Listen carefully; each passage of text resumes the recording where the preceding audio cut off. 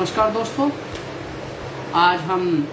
Chaudhary enterprises का बहुत बहुत धन्यवाद करते हैं, आभार करते हैं कि उनके माध्यम से जो स्टार्टअप का वो लेकर चल रहे हैं कि कैसे स्टार्टअप किया जाता है। और लॉकडाउन की जैसी सिचुएशन में कैसे आप लोगों से कनेक्ट हो सकते हो, उसी का माध्यम है आज चौधरी इंटरप्राइजेज के माध्यम से युवाओं को उनके जो उज्जवल भविष्य है और भविष्य के बारे में हम उनको गाइडेंस करेंगे कि कैसे वो अपने आप को प्रिपेयर करें और उसकी तैयारी करें। तो आज हम एक परिचर्चा करते हैं युवाओं को उनके उज्जवल भविष्य से संबंधित। उससे पहले मैं आपका अपना परिचय करा देता हूँ। मैं रणपाल अवाना एडवोकेट नोएडा का मूल निवासी हूँ और किसान परिवार से बिलोंग करता हूँ। और मैंने जो अपनी स्कूली शिक्षा है वो भवानी शंकर इंटर कॉलेज सदर सराय से प्राप्त की है। और स्कूली कॉलेज शिक्षा के बाद जो ग्रेजुएशन स्टार्ट किया मैंने MMH कॉलेज गाजियाबाद से चालू की है। और गाजियाबाद से मैंने सबसे पहले BA किया, फिर लॉ पास आउट किया और लॉ पास आउट के बाद मैंने वहाँ से LLB की। और उसके बाद मैंने IGNOU से, जो इंदिरा गांधी ओपन यूनिवर्सिटी है, उसके माध्यम से लॉ स्टार्ट किया, MBA स्टार्ट किया। दोस्तों, पढ़ाई काफ़ी दिलचस्प रही। हमेशा साथियों का, परिवार का, अपने नज़दीकों का समय समय पे मुझे गाइडेंस मिलता रहा और उस गाइडेंस के माध्यम से मैं कुछ कर पाया और आज आपके बीच में हूँ। नोएडा की कोर्ट में ही वकालत करता हूँ, जो नोएडा गौतम बुद्ध नगर पे स्थित है। और साथ में अभी प्रोजेक्ट में पिछले 1.5 ईयर से सुप्रीम कोर्ट में वकालत अपनी स्टार्ट की है। और इसी माध्यम से जैसे कि हमने कानूनी अधिकार संगठन भी बनाया, जिसके माध्यम से और DLS district legal service authority के माध्यम से भी लोगों को निःशुल्क कानूनी जागरूकता के बारे में, कानून क्या है, FIR कैसे लॉन्च की जाती है, FIR के लिए क्या क्या कंटेंट होना चाहिए, किसानों की समस्याओं का कैसे निवारण करा सकते हैं, RW से रिलेटेड जितने भी डिस्प्यूट थे, ग्राम प्रधानों के डिस्प्यूट थे, नोएडा अथॉरिटी से रिलेटेड डिस्प्यूट थे, कंज्यूमर एक्ट से रिलेटेड डिस्प्यूट थे, बिजली एक्ट से रिलेटेड, हमने ग्राउंड लेवल पे जाके गाँव में, सेक्टरों में, RWN में, विभिन्न एरिया में विभिन्न टाइप से लोगों को जागरूक करने का पूरा भरसक प्रयास किया। मैं अभिनंदन करता हूँ गोलू चौधरी जी का, आशीष चौधरी जी का, भरत सिंह गुर्जर जी का,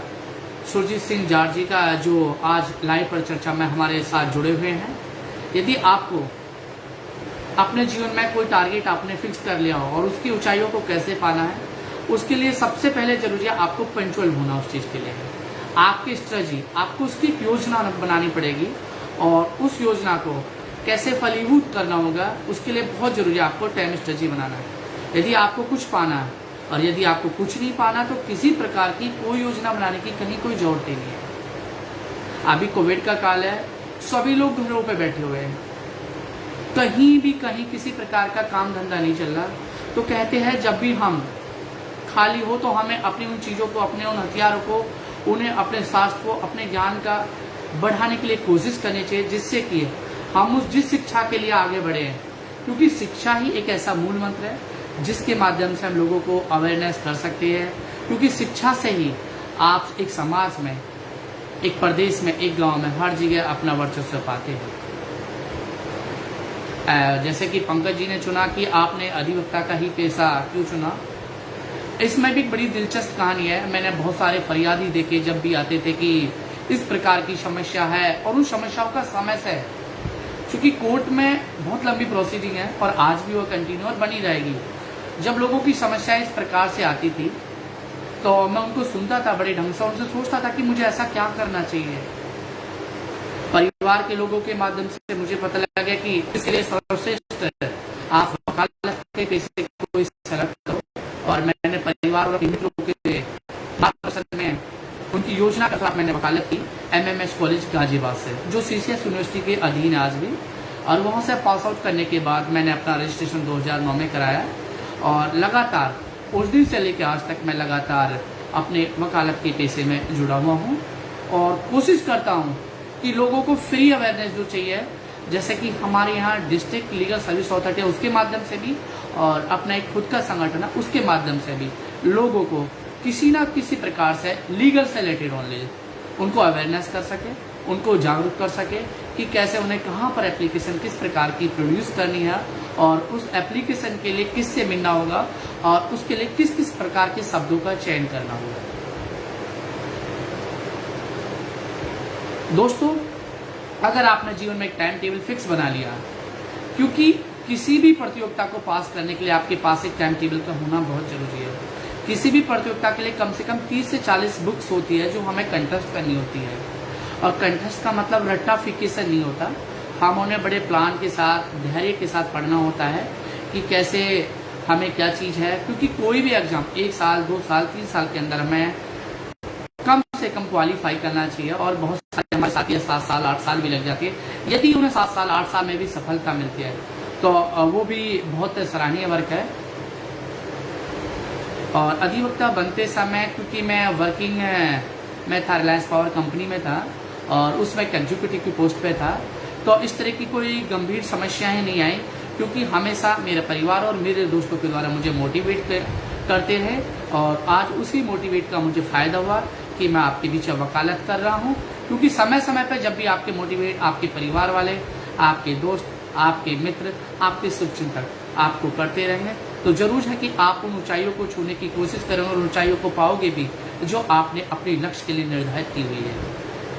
यदि आपने अपना लक्ष्य निर्धारित कर लिया, तय कर लिया है, तो हो सकता है कि वो देर हो सकती है, लेकिन कंपल्सरी है कि आप उसको अचीव कर सकते हो, क्योंकि आप नेगेटिव सोच, नेगेटिव थॉट को अगर हटा दोगे तो ये जीवन में आप फिक्स कर लेना कि जो आपने सोचा वो पा लेते। लेकिन कुछ कठिनाइयों के बाद जो पाने का आनंद होता है, उसकी पराकाष्ठा को आप शब्दों में कभी भी बयान नहीं कर सकते हम लोग। तो दोस्तों, जैसे मैं बता रहा था, टाइम टेबल आपको बनाना पड़ेगा, आपको फिक्स करना पड़ेगा कि सुबह किस समय उठना होगा, किस समय कौन सी एक्सरसाइज आपको करनी होगी, एक्सरसाइज करनी है, योगा करना, और टाइम एक फिक्स करना होगा स्टडी का कि किस प्रकार से आपको स्टडी करनी होगी और कितनी सब्जेक्टों की स्टडी आपको रेगुलर करनी होगी। क्योंकि कोई भी स्टडी करने के लिए कम से कम 30 से 40 बुक्स हमारे साथ होती है किसी भी एग्जाम को या प्रतियोगिता को पास करने के लिए। और यदि 6 महीने में आपको 30 बुक्स पास करनी होगी तो एक बुक्स को आपको तैयार करने के लिए 7 से 8 दिन कम से कम चाहिए। 6 महीने के अंदर 7 से 8 दिन में यदि आपने एक बुक तैयार की तो कंपल्सरी है कि उसका आप रिविजन करने में बहुत सारी दिक्कतें आपके बीच में आ सकती है। तो आपको पहले से ही प्रिपेयर होना पड़ेगा कि मुझे तैयारी करनी है, मुझे एक्सरसाइज भी करनी है, मुझे अपने फैमिली के लोगों को भी टाइम देना, मुझे स्पोर्ट्स के लिए, अपने आप को फिट करने के लिए, अपने आप को एक्टिव करने के लिए, और सोशल अवेयरनेस के लिए भी तैयारी करनी पड़ेगी। यदि ये सब चीज़ें हम सोचना स्टार्ट कर दें और उसकी प्रॉपर प्लानिंग बड़ों के माध्यम से करना स्टार्ट कर दें तो कंपल्सरी है कि हम सभी वो अचीव कर पाएंगे। अभी जैसे हमारे साथी पंकज जी कह रहे हो कि युवाओं को अधिवक्ता बनते समय क्या क्या सावधानी बरतनी चाहिए। युवाओं को सावधानी नहीं, अपनी तैयारी बरतनी चाहिए। जब हम तैयारी करते हैं किसी भी चीज के अधिवक्ता बनने, अधिवक्ता एक ऐसा व्यवसाय है, एक ऐसा पेशा है, यदि आपके पास IAS, PCS, मजिस्ट्री कोई भी होगा, आप सर्वोच्च उसे लीगल एडवाइस प्रोवाइड कराओगे, वो किसी भी अधिकारी लेवल को हो, क्योंकि आप उस पेशे के सबसे योग्य व्यक्ति हो और वो आपके पास सिर्फ इसीलिए आया है क्योंकि आपसे अच्छा उसको कोई दूसरा अन्य व्यक्ति गाइडेंस नहीं कर सकता। और जब कोई अन्य व्यक्ति आपको उसको गाइडेंस नहीं कर सकता तो आपको उसकी सलाह, उसकी बातें, वो बातों में किस चीज को चाहता है, क्या नहीं चाहता, उन सब चीजों को प्रिपेयर करना होगा। और उसकी पहले क्या बात है, क्या बात नहीं है, उन बातों का सही से सटीक से जवाब देना होगा। क्योंकि एक अच्छा अधिवक्ता वही होता है जो अच्छे से क्लाइंट को या व्यक्ति को किस प्रकार से रिप्रेजेंट करे, किस प्रकार से उसके विचारों को सुने, उसके विचारों का उसी प्रकार से जवाब दे कि जिससे क्लाइंट संतुष्ट हो और बार बार परेशान न हो। यदि ये सब तैयारी हम लॉ करते समय, जब हम LLB में एडमिशन लेते हैं, ग्रेजुएट में LLB में, तो उस समय ही हमें सब्जेक्ट पे प्रिपेयर कर देना चाहिए, तैयारी कर देनी चाहिए कि हमें एक अच्छा अधिवक्ता ही बनना। क्योंकि बहुत सारे अधिवक्ता साथी हमारे ऐसे जो कि अच्छे गाइडेंस, अच्छे मोटिवेट नहीं होने की वजह से, अच्छी प्रिपेयर नहीं होने की वजह से कुछ लिमिटेड वर्क करते हैं। लेकिन हमारा एक ऐसा फील्ड है जिसमें हमारे पास अपॉर्चुनिटी है, हर फील्ड में अनलिमिटेड है और उस अपॉर्चुनिटी को हमें कैसे करना होगा। यदि हमें अच्छा व्यवसाय, अच्छी वकालत करनी, उस वकालत को ये भी फेस करना होगा कि हम वकालत किस चीज की कर रहे हैं, सिविल की कर रहे हैं, क्रिमिनल की कर रहे हैं, उस सिविल और क्रिमिनल का प्रोसीजर क्या है, उस प्रोसीजर के साथ साथ उस एविडेंस एक्ट की जब हम बात करते हैं तो उसको किस प्रकार से विच जजमेंट हम कैसे यूज कर सकते हैं। अभी साथी हमारे पूछ रहे हैं फेसबुक पे कि आज के समय में ज्यादातर लोगों को कानून की जानकारी नहीं होती और एक अधिवक्ता कैसे आम जनमानस की मदद कर सकता है। तो बहुत ही अच्छा सुंदर प्रश्न है। आज की दिनचर्या में बहुत सारे एडवोकेट होते हैं और एक अच्छी सलाह न देने की वजह से लोग दर दर की ठोकरें खाते और परेशान रहते हैं कि मैं केस हार गया, मैं केस जीत गया।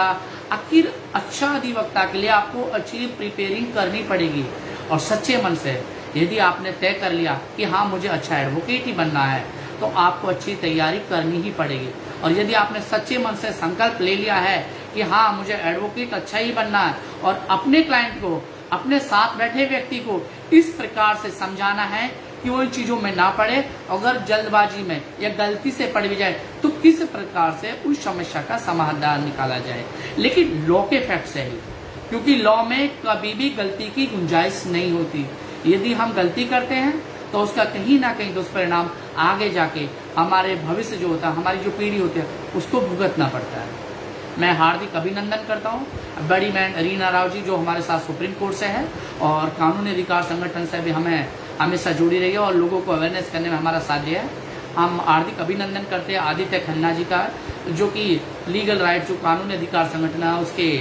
मीडिया प्रभारी भी है और समय समय पे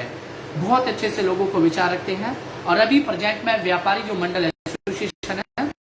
प्रदेश लेवल पर, देश लेवल पर उसको रिप्रेजेंट करें। तो साथियों मैं आपको बता दें कि किस प्रकार से प्रिपेयरिंग करेंगे, उसका टाइम फिक्स समय तैयार करना होगा। जिस सब्जेक्ट को हमें पढ़ना उस सब्जेक्ट का दोबारा कब से रिवीजन आ पाए। यदि हमने वो चीजें टाइम शेड्यूल फिक्स कर ली, क्योंकि करंट की चीजें हमें पढ़नी होंगी। करंट की मतलब जेके मतलब जो न्यूज़पेपर के माध्यम से डिफरेंट जो आज की डेट में मैगजीन्स आ रही है उन मैगजीनों के माध्यम से जो खबरें लगातार प्रतियोगिता के लिए आती रहती है, कहाँ पर कौन सा एग्जाम कंडक्ट हो रहा है, किस कैटेगरी का एग्जाम कंडक्ट हो रहा है और उसके लिए क्या क्या क्वालिफिकेशन चाहिए, उसकी क्या फीस है, क्या उसके टर्म्स एंड कंडीशन हमें रीड आउट करने होंगे और उसी प्रकार की हमें तैयारी करनी होगी जिससे कि हम लोगों को समय समय पर मोटिवेट कर सके उस चीज के लिए।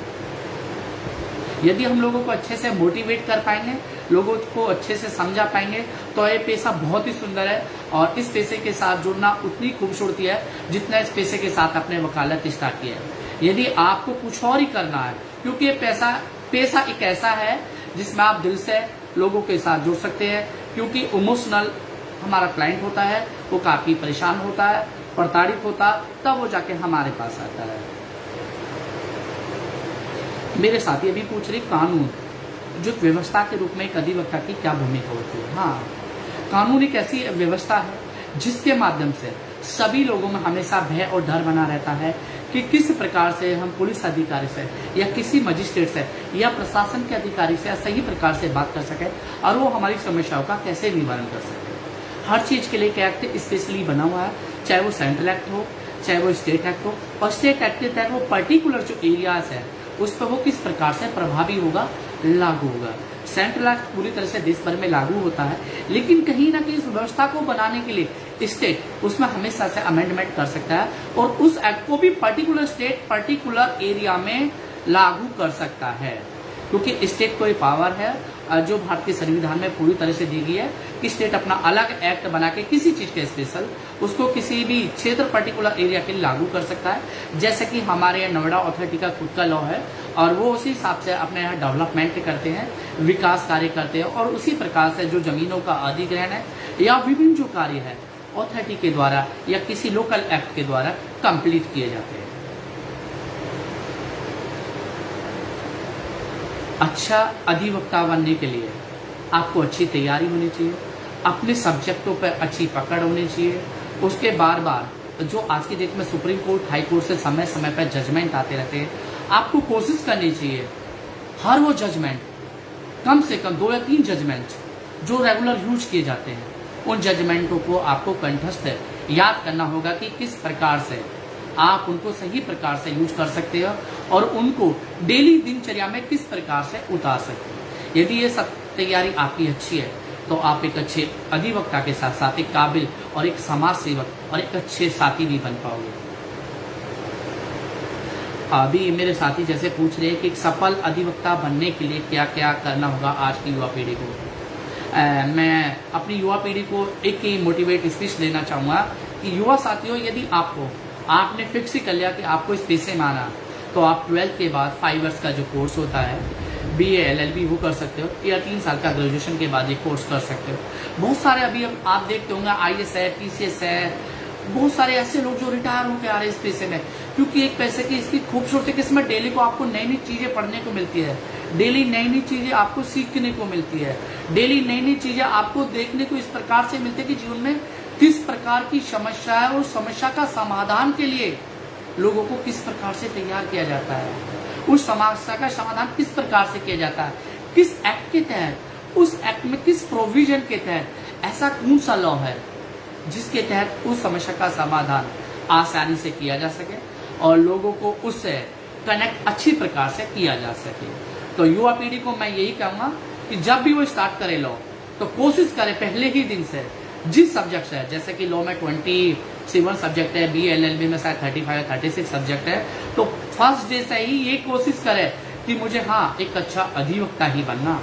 और अपनी कलम की ताकत को इतना मजबूत कर ले कि उसको इतना लिखने की आदत डाल ले, बैठे बैठे एक ही वर्ड पे कि ये कोशिश करे कि जैसे फेसबुक है, ये फेसबुक क्यों बना, किस एक्ट के तहत बना है, इसकी क्या गाइडलाइंस है और ये गाइडलाइंस किससे अप्रूव है, क्या सेंट्रल गवर्नमेंट इसको रोक सकता है या सेंट्रल गवर्नमेंट से इन्हें अप्रूवल लेना पड़ेगा, क्या प्राइवेसी किस प्रकार से होती है, क्या ये हमारे डाटा को चोरी कर सकता है, और चोरी कर सकता है तो उसके लिए हमें क्या करना चाहिए, इस प्रकार की प्रॉपर हमें प्लानिंग करनी पड़ेगी फर्स्ट डे से ही, और उन चीज़ों को हमें अपने डेली यूज में लाना पड़ेगा। जब हम किसी चीज़ को डेली यूज में लाने लगते हैं तो उसको जरूरी नहीं है कि कंठस्थ करना पड़ेगा, और जब हमें कंठस्थ कोई चीज़ नहीं करनी पड़ती तो जरूरी है कि वो चीज़ हम आसानी से उसको समस्या का निदान और समस्या का समापन कर पाते हैं अच्छे प्रकार से। हाँ,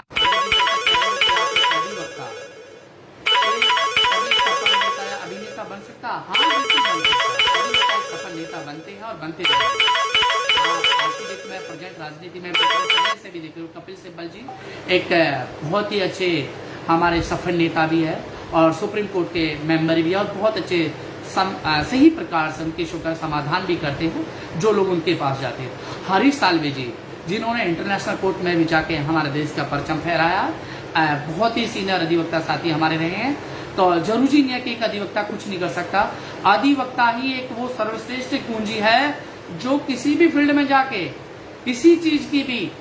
अच्छे से समझा सकता है और उसको बता सकता है। आपने देखो कि बहुत सारी फिल्में बनती है, उनके एक लीगल टीम होता है, लीगल पैनल होता है, वो किस प्रकार से लोगों को मोटिवेट करते हैं, किन किन शब्दों का जिससे कि किसी प्रकार की हिंसा या किसी जाति विशेष के लिए किसी प्रकार का कमेंट ना हो, उन चीजों के लिए भी स्पेशल उसमें लिखा हुआ है कि उन शब्दों का चयन आप करोगे जिससे कि कोई जाति या देश या किसी प्रकार की हिंसा उत्पन्न ना हो जाए। अगर इस प्रकार की सरकार को लगता है कि उसमें है तो उसके लिए फिल्म का जो एक होता है ब्रॉडकास्ट सिस्टम, उन्हें वहां से पहले लाइसेंस अप्रूवल कराना होता है कि हाँ हम फिल्म ये पास करानी है। जैसे आपने बहुत सारी फिल्म देखी होंगी, पद्मनी देखोगे, लोगों ने उसका खुल के विरोध किया था, आखिर ऐसी कंडीशन क्यों आई, उन शब्दों का चयन क्यों हटाना पड़ा। कोई भी फिल्म जब पास होती है तो कंपलसरी है कि वो उसको सभी को जो फिल्म जो डायरेक्टर हॉलीवुड बॉलीवुड इंडस्ट्रीज है उन सबसे उसको पास कराते हैं ब्रॉडकास्टिंग सिस्टम से। तो जैसे कि मेरे काफ़ी सारे साथी जुड़े हुए हैं और लगातार मुझे कुछ ना कुछ पूछने की कोशिश कर रहे हैं कि आईपीसी थोड़ा सा प्रकाश आप सीआरपीसी से 1973 और आईपीसी 1860 पर जरूर डालें। जो आईपीसी है, इंडियन पेनल कोड है, भारतीय दंड संहिता 1860 से पूरे देश में प्रभावी ढंग से लागू की गई है, लेकिन इसमें जो एक्ट है इसमें फाइन और पनिशमेंट के बारे में आईपीसी में पूरे में बताया गया है कि किस एक्ट में किस प्रकार के आपने कार्य किया उसके लिए क्या सजा हो सकती है, उसके लिए क्या जुर्माना हो सकता है। आईपीसी के अंदर बिल्कुल साफ साफ क्लियर शब्दों में उस चीज़ के विषय में बताया गया, जो कि 511 आईपीसी के टोटल सेक्शंस है उनमें क्लियर ही बताया। लेकिन सीआरपीसी जो 1973 है, सीआरपीसी क्या मतलब criminal procedure code. Criminal procedure code क्या होता है कि हमें किस प्रकार से कैसा कोई कार्य करना है और उसको आईपीसी में किस प्रकार से, आईपीसी में जैसे बताया थेफ्ट 379 में क्या प्रोविजन है, कितनी सजा है, कि पनिशमेंट है, उसके विषय में विस्तार से सीआरपीसी जो सब्जेक्ट है हमारा सिविल प्रक्रिया संहिता, उस पर विस्तार से बताया गया है। और उसी के आधार पर जो जजमेंट होते हैं कोर्ट के द्वारा आदेश किए जाते हैं, ऑर्डर किए जाते हैं, वो सीआरपीसी और आईपीसी के मिक्स के आधार पर ही किए जाते हैं। एक कार्य करने की जो प्रक्रिया होती है सीआरपीसी होती है, और जो जुर्माना और सजा का जो प्रावधान है वो आईपीसी के तहत कोर्ट निर्धारित करती है। जो माननीय न्यायालय होता है, रेस्पेक्टेड कोर्ट होती है, उनके आधार पर ही किसी भी जो केस प्रक्रिया होती है, प्रोसीडिंग होती है, लॉ की जो कोर्ट की होती है, चाहे हाई कोर्ट हो चाहे सुप्रीम कोर्ट हो, उसी के आधार पर जजमेंट करती है। और जो जजमेंट होते हैं वो डिस्ट्रिक्ट लेवल से स्टार्ट हो जाते हैं। डिस्ट्रिक्ट लेवल में जब आपकी बात नहीं बन पाती आईपीसी में, तो आप सीधा हाई कोर्ट की तरफ रुख करते हैं। और जब हाई कोर्ट की तरफ हम रुख करते हैं, हाई कोर्ट से भी हमें फेवर मिल जाता है बहुत मेरे हाई कोर्ट से भी हमें जब फेवर नहीं मिल पाता, तो हम एसएलपी जो होते हैं स्पेशल पिटीशन, हम उसके लिए सुप्रीम कोर्ट का मूव करते हैं। और जो हमारे सुप्रीम कोर्ट में विश्व के बहुत ही अच्छे आदरणीय रेस्पेक्टेड जो एडवोकेट्स की टीम है, वो काफ़ी निपुण है उन चीज़ों में, और वो पूरी तरह से फंडामेंटल जो राइट हमारे कॉन्स्टिट्यूशन ऑफ इंडिया है, जो भारत का संविधान है, उसके ऊपर उसको बारीकी से अध्ययन करके कि सजा के तहत क्या है और हमारे फंडामेंटल राइट होगा किसी भी प्रकार से उनका विरोध ना हो, मतलब उनका उल्लंघन ना हो, और ना होने के बाद हम किस प्रकार से उस चीज़ को ला सकते हैं, उस सजा को बचा सकते हैं, या उसका सजा का जो प्रावधान हो सकता है, ये हमारी सुप्रीम कोर्ट तय करती है। और सुप्रीम कोर्ट की साइटेशन मोस्टली डिस्ट्रिक्ट कोर्ट या हाई कोर्ट में पूरी तरह से प्रभावी ढंग से लागू रहती है देश भर में।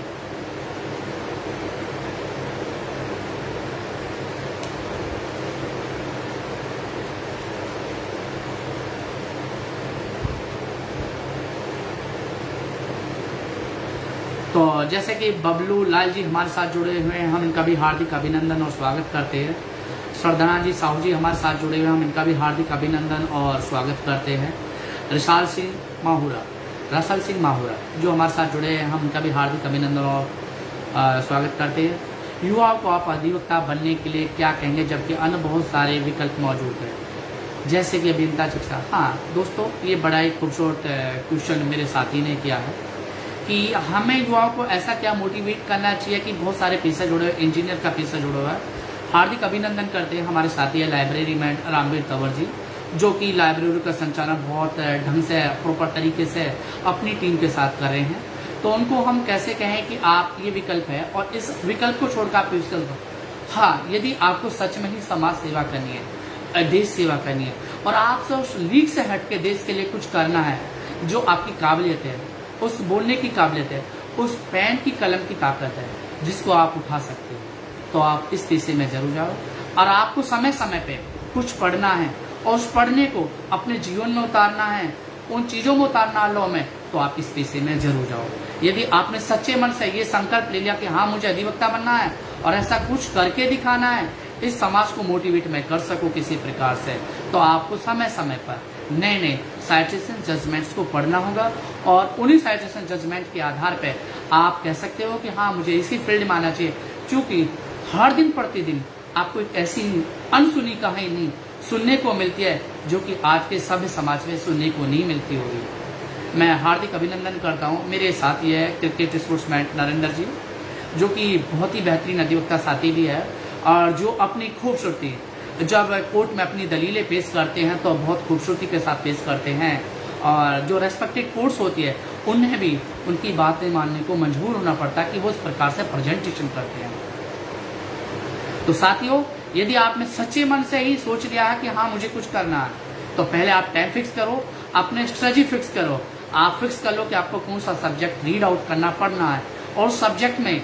सभी चीज को आपको रीड आउट करना हो ढंग से। आप सोचने लगो उसमें से भी, BRX में से भी, या किसी स्पेशल बुक से भी कि हाँ मुझे यही पढ़ना पर्टिकुलर, तो बिल्कुल गलत है। क्योंकि first time, second time, third time, कम से कम 3 टाइम्स आपको कंटिन्यू उन बुकों को पढ़ना होगा। और किसी भी एग्जाम को यदि आपने सोच लिया कि मुझे कंपटीशन के लिए प्रिपेयर होना, तो कम से कम 3 साल पहले आपको उसकी तैयारी योजना बनानी पड़ेगी। और यदि आपने सही प्रकार से उसके लिए सोच लिया है तो जरूर है कि आप उस उद्देश्य में सफल हो पाओगे। मेरे साथी अभी पूछ रहे पंकज जी कि जो आत्महत्या है वो आज वैश्विक स्तर पर कानून से बाहर करने की बात चल रही है, आपका इस पर क्या विचार है? आत्महत्या क्योंकि किस कंडीशन में की गई, ऐसे किन शब्दों का इस्तेमाल आपने किया कि उससे आत्महत्या करने के लिए मजबूर होना पड़ा? आप कह रहे हो कि इसको पूरे विश्व से बाहर कर दिया जाए, विश्व के लॉ से, तो ये बिल्कुल मुश्किल है। ये किसी भी प्रकार से नहीं किया जा सकता, क्योंकि आप उसको किस प्रकार से टॉर्चर कर रहे हो, उस व्यक्ति के खिलाफ किन शब्दों का आप इस्तेमाल कर रहे हो, उसको कंपनी से या समाज से किस प्रकार से आप बहिष्कृत कर रहे हो, वो सब चीजें स्पष्ट है। और यदि व्यक्ति उस प्रकार की सिचुएशन में भी आके कुछ आत्महत्या जैसे स्टेप लेता और आप कहते हो उसको बाहर कर रहे हैं, उस व्यक्ति के खिलाफ जिसे उसने उकसाया है आत्महत्या करने के लिए, उस व्यक्ति के खिलाफ कोर्ट को, माननीय कोर्ट को, रेस्पेक्टेड कोर्ट्स को सख्त कदम उठाने होंगे और उसके खिलाफ जबरदस्त कार्रवाई इस प्रकार से करनी होगी कि आगे को कोई भी अन्य व्यक्ति इस प्रकार की घटनाएं करने से पहले कम से कम 10 बार सोचे। हमारे देश के कानून को, हमारे देश के संविधान को यह ताकत मिली हुई है ऑलरेडी। तो आत्महत्या को किसी भी प्रकार से आज तक किसी प्रकार से ना आगे कोई संभावना लग रही है कि कानून से बाहर करने की जरूरत है और ना किया जाएगा, क्योंकि ये सब हमारे फंडामेंटल राइट्स में हमें मिली हुई है। कि जब कहते हैं ना फंडामेंटल राइट्स क्या है, हमारे फंडामेंटल राइट्स कहते हैं कि हमें बोलने की आज़ादी दी, लेकिन जब किसी के अधिकारों का हनन हम करने लगते हैं, क्योंकि वहां पर लॉ आपको कहता है कि जब किसी के आप अधिकारों का हनन करने लगते हैं, अब वहां से ही क्रिमिनल स्टार्टिंग हो जाती है। और क्रिमिनल का मतलब है जो 306 की आप आत्महत्या की बात कर रहे हैं, वहां से वो लागू हो जाती है। आप किसी के अधिकारों का हनन नहीं कर सकते, और आप किसी के अधिकारों का हनन करते हो तो आपके फंडामेंटल राइट्स आपको उस प्रकार की आज़ादी नहीं देते जिस प्रकार की आपको चाहिए। तो आशा है कि आत्महत्या जो है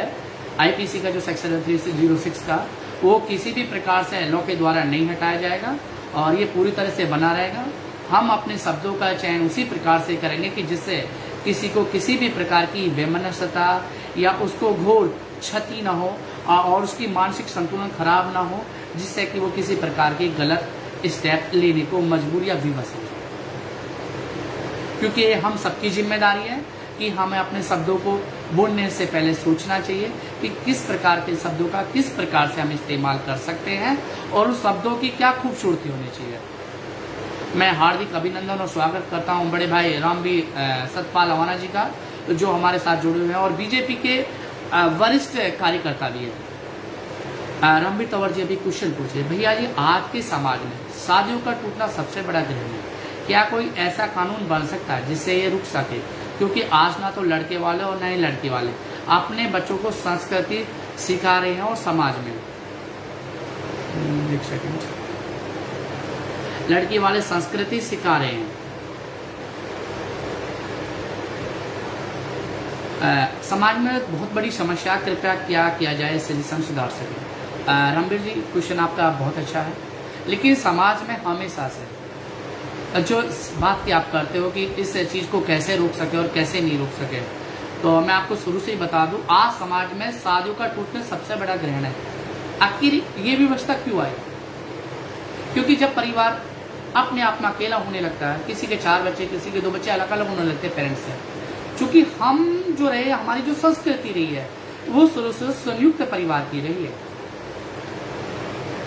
और हमारे जो अधिकार है ना, अब हमें ये लगने लगता है उस संस्कृति में कि जैसे हमारे बड़े या हमारे पड़ोसी या हमारे रिलेटिव्स हमारे उन अधिकारों से, हमारे डेली जो दिनचर्या उसको रोकने के कहीं ना कहीं हमें अंकुश कर रहे हैं। जब इस प्रकार की रोक लग जाए, आज से पहले क्या होता था, गांव का एक व्यक्ति, शहर का एक व्यक्ति या कॉलोनी का एक व्यक्ति अगर गांव के किसी लड़के को रोक लेता था कि और क्या कर रहा, तो गांव का लड़का गलती से हाथ जोड़ता था कि मैं आगे से नहीं करूंगा, और वो उसको मानता था। लेकिन आज सिस्टम ये हो गया है, पूरी तरह से प्राइवेटाइजेशन इस प्रकार से हो गया है कि शादी लोग अपनी मर्जी से करते हैं, शादी से फोन पे इस प्रकार से बातें करते हैं कि शादी के बाद लगता है कि सारी दुनिया शादी से पहले की प्रकार से होनी चाहिए। इस प्रकार से संभव नहीं है। बात करते हैं हम शादी टूटने की, कहते लोग दहेज से टूटती है।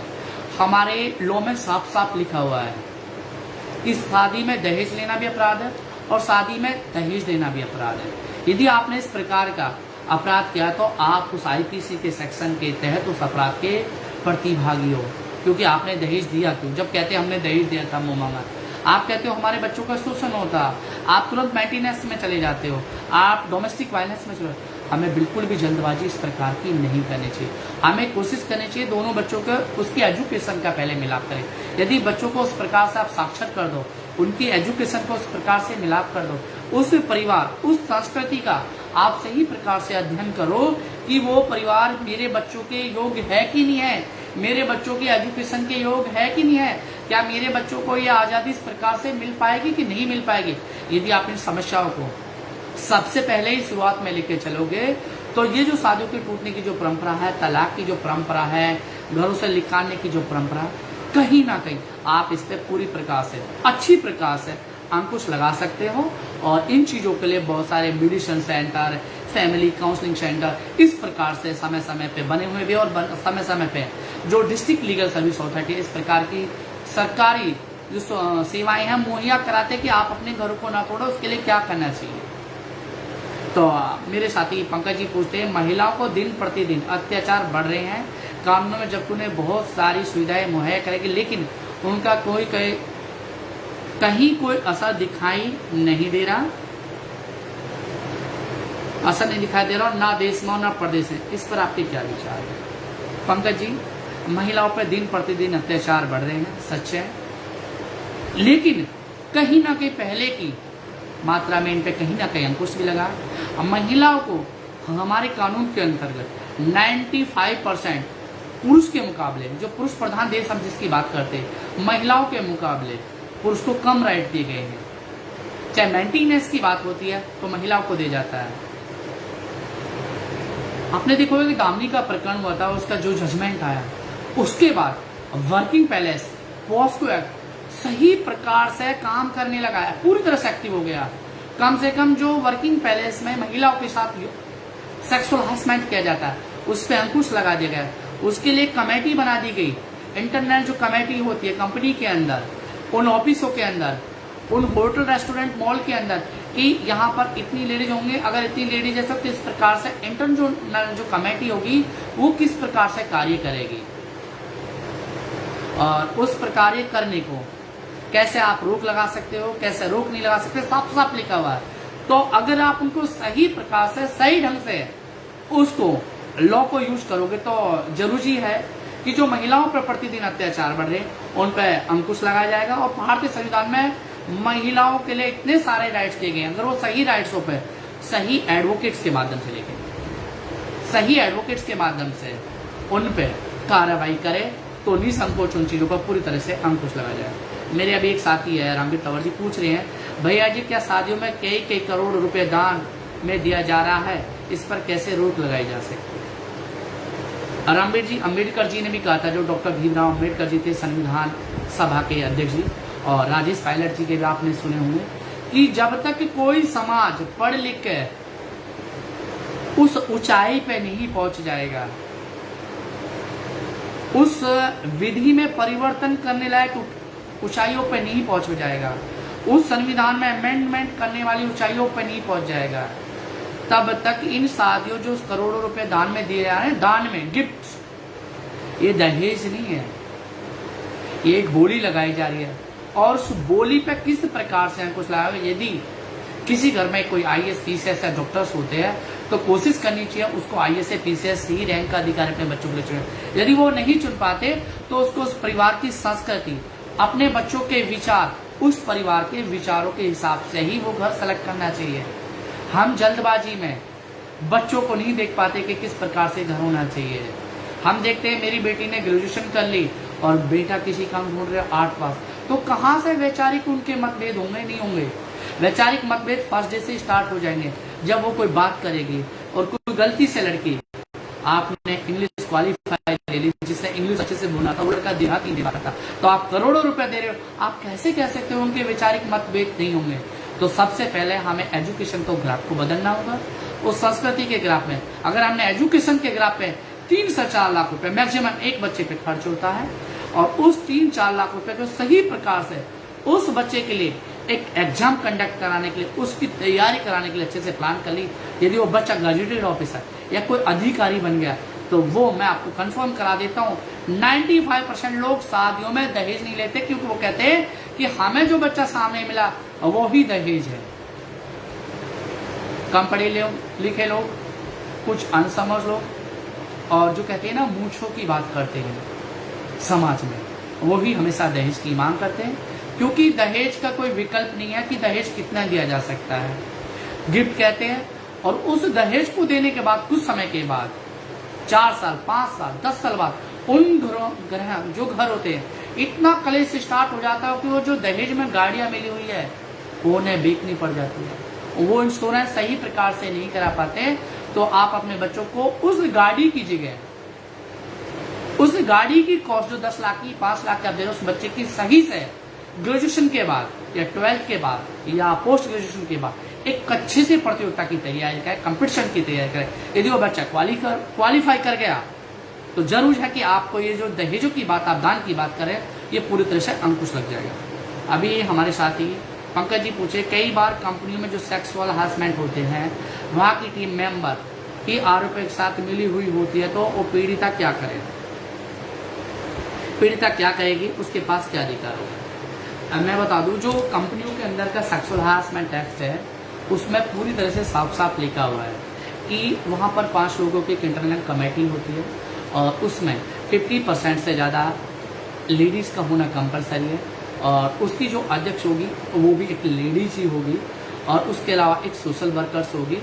और सोशल वर्कर के माध्यम इन सबके माध्यम से काउंसलिंग होती है। यदि उन्हें लगता है वो अपनी शिकायत ऑरल भी दे सकती है, और उसकी शिकायत रिटर्न में भी जवाब दाखिल कर सकती है। और शिकायत पे आपको अपने जो एविडेंस है, जो इंटरनल कमेटी है, उसके सामने प्रोड्यूस करने होते, दिखाने होते। यदि उस व्यक्ति के खिलाफ इस प्रकार की कोई शिकायतें मिलती है और वो उसके पूरी तरह से सिद्ध होती है कि हाँ इसने किया, तो उसको कंपनी से विदाउट नोटिस के एट ए टाइम निकाला जा सकता, और उसके तहत जो आईपीसी के सेक्शन है 354 के ABCD जो क्लॉज में बटे हुए, उसके तहत वो इंटरनल कमेटी आईपीसी के तहत FIR पुलिस के माध्यम से भी करा सकती है। और जिस महिला के साथ इस प्रकार की घटना हो सकती है, वो भी अगर इंटरनल कमेटी को ना देना चाहे, तो वो डिस्ट्रिक्ट जो लीगल अथॉरिटीज़ है, DM जो एक्सटर्नल कमेटी होती है, उसमें भी सिर्फ 50% का एवरेज है कि वहाँ भी महिला अध्यक्ष होगी, उनके माध्यम से अपनी शिकायत दर्ज करा सकती है। और उनसे भी वो किसी प्रकार से संतुष्ट ना हो, एक अच्छे एडवोकेट के माध्यम से या पुलिस अधिकारी के पास जाके अपने रिटन में या ऑरल में कंप्लेंट दे सकती है। और जिस व्यक्ति के खिलाफ कंप्लेंट है उसकी पूरी डिटेल होनी चाहिए कि वो किस पोस्ट पे वो व्यक्ति है, और उसने किस प्रकार से मेरा जो सेक्सुअल हरासमेंट किया है, किन शब्दों का इस्तेमाल किया है, शब्द किस प्रकार से, शब्द ये नहीं कि बोल के किया जाए, इशारे से भी किए जा सकते हैं, जो कि सेक्सुअल हरासमेंट में साफ साफ मेंशन है। आप इशारों से किन शब्दों का इस्तेमाल करें, या ऐसी कौन सी फोटो या वीडियोस आप मेरे साथ शेयर कर रहे हो जिससे सेक्सुअल हरासमेंट की कैटेगरी में आ रहे हो, और आप उनके खिलाफ सबसे पहले कोशिश करें रिटन में या ओरल में। जरूरी नहीं है कि वही व्यक्ति जिसके साथ ये घटना हुई है सेक्सुअल हरासमेंट की कंप्लेंट दे, उसका कोई अन्य साथी भी दे सकता है जो उसके साथ अन्य जॉब कर रहा है कि मेरे साथी के साथ इस प्रकार की घटना है। और जो इंटरनल कमेटी है 100% उस पर कोई ना कोई कार्रवाई करेगी, और वो आपको अधिकार पूरी तरह से मिले हैं, और पूरी तरह से आप उससे पूरी तरह से संतुष्ट भी होंगे। दोस्तों, यदि इससे भी अलावा आपको कोई भी चीज लगता है कि आपको जरूर ये पूछने की, तो आप जो हमारे चौधरी इंटरप्राइजेस के पेज है, इस पर जाके आप अपनी इंक्वायरी डाल सकते हो। और मैं पंकज जी का हार्दिक अभिनंदन और स्वागत करता हूं कि उन्होंने इतना बेहतरीन स्टार्टअप का जो प्लेटफॉर्म है, इस पे मुझे मंच दिया। रामवीर तंवर जी का क्वेश्चन है, भैया जी कई बार गरीब लोगों की पुलिस वाले आसानी से FIR नहीं करते, तो उस समय क्या किया जाए? वे लोग ऊपर तक तो अप्रोच नहीं कर सकते, फिर वो बेचारे क्या करें? रामवीर तंवर जी, आपका क्वेश्चन बहुत ही वाजिब है। अब मैं आपको बता देता हूँ कि हमारे यहाँ पर एक सिस्टम है, district legal service authority. District legal service जो अथॉरिटी होती है, वो उस गरीब व्यक्ति को निःशुल्क कानूनी हेल्प करती है जिसकी उसको जरूरत है। उसके लिए किसी भी प्रकार से 1 रुपया भी खर्च नहीं किया जाता है, किसी भी टाइप से। उसकी कंप्लेंट भी दर्ज कराई जाएगी, लिखित में उसकी शिकायत भी सुनी जाएगी। यदि पुलिस को लगता है पुलिस नहीं करती तो डिस्ट्रिक्ट लीगल सर्विस अथॉरिटी के पास जाए, हमारे देश में ह्यूमन राइट्स बना हुआ उसके पास जाए, ट्विटर के माध्यम से करे। और बहुत सारे आज की डेट में सामाजिक संस्थाएं इस प्रकार से बनी हुई हैं, जैसे कि आप भी कुछ सामाजिक संस्थाओं में निरंतर कार्य कर रहे हो। उन संस्थाओं के माध्यम से, ट्विटर के माध्यम से, सोशल मीडिया के माध्यम से उच्च अधिकारियों तक वो शिकायत पहुंचा सकते हैं और उच्च अधिकारी जो होंगे उस पर जरूर कोई ना कोई आवश्यक जो नियमानुसार कार्रवाई होती है उस पर कार्य करेंगे। क्योंकि उन लोगों को बिल्कुल साफ साफ है कि जब इस तरह का कोई क्रिमिनल ऑफेंस बन रहा है और उस लोग की नहीं सुनी जा रही, सुनी मतलब क्रिमिनल आपराधिक प्रवृत्ति का इस प्रकार का बनना है, तो उसके लिए डिस्ट्रिक्ट लीगल सर्विस अथॉरिटी और विभिन्न सामाजिक संगठन जो आज की डेट में निरंतर कार्य कर रहे हैं, तो उन समस्याओं का निदान कराने की पूरी तरह से कोशिश करेंगे और आप हर संभव से संतुष्ट होंगे। तो कोशिश है कि यदि आपको इस प्रकार की फिर भी कोई समस्या लगती है तो chaudhryinterprises.com के नाम से जो पेज है, आप इस पर जाकर उसकी शिकायत दर्ज करा सकते हैं और उस शिकायत पर आपकी समस्या का निदान कराने की भी भरसक कोशिश रहेगी। तो मैं आप सभी को ये बताने चाह रहा हूँ कि जैसे कि आपको किसी भी प्रकार के एग्जाम कंडक्ट करना है तो सबसे पहले आपको उसकी स्ट्रेटजी बना लो। यदि आपने सच्चे मन से उसकी स्ट्रेटजी बना ली तो आप 100% निसंकोच उसमें कामयाब होंगे। चाहे आप लॉ करो, चाहे आप डॉक्टर बनो या इंजीनियर बनो या किसी भी अन्य सामाजिक सेवा में या किसी भी अन्य प्रोफेशन में आप जाना चाहो, तो निसंकोच आपको उसकी तैयारी पहले से ही करनी पड़ेगी और सच्चे मन से करनी पड़ेगी। यदि आपने सब सोच लिया है तो आप जरूर कामयाब होंगे। मैं चौधरी पंकज जी का हार्दिक अभिनंदन और स्वागत करता हूं कि उन्होंने इतने बेहद खूबसूरत प्लेटफॉर्म पे स्टार्टअप के माध्यम से मुझे आज लाइव परिचर्चा में फेसबुक के माध्यम से, सोशल मीडिया के माध्यम से इसमें भाग लेने का मौका दिया। मैं पुनः उनका बहुत बहुत धन्यवाद और सभी साथियों का जो इस समय जुड़े और जिन्होंने लाइव परिचर्चा में भाग लिया और प्रश्नों के माध्यम से मेरी हौसला अफजाई की और किसी भी प्रकार से आप उन्हें किसी भी प्रकार की हेल्प चाहिए, मैं पुनः एक बार कहना चाहूँगा chaudhryinterprises.com पर आप निसंकोच जाएं और अपनी समस्या के बारे में वहाँ पर लिखें। आप सभी का पुनः बहुत बहुत हार्दिक अभिनंदन और स्वागत है। आपने इतना बहुमूल्य समय आज मुझे दिया, बहुत बहुत धन्यवाद। जय हिंद, जय भारत।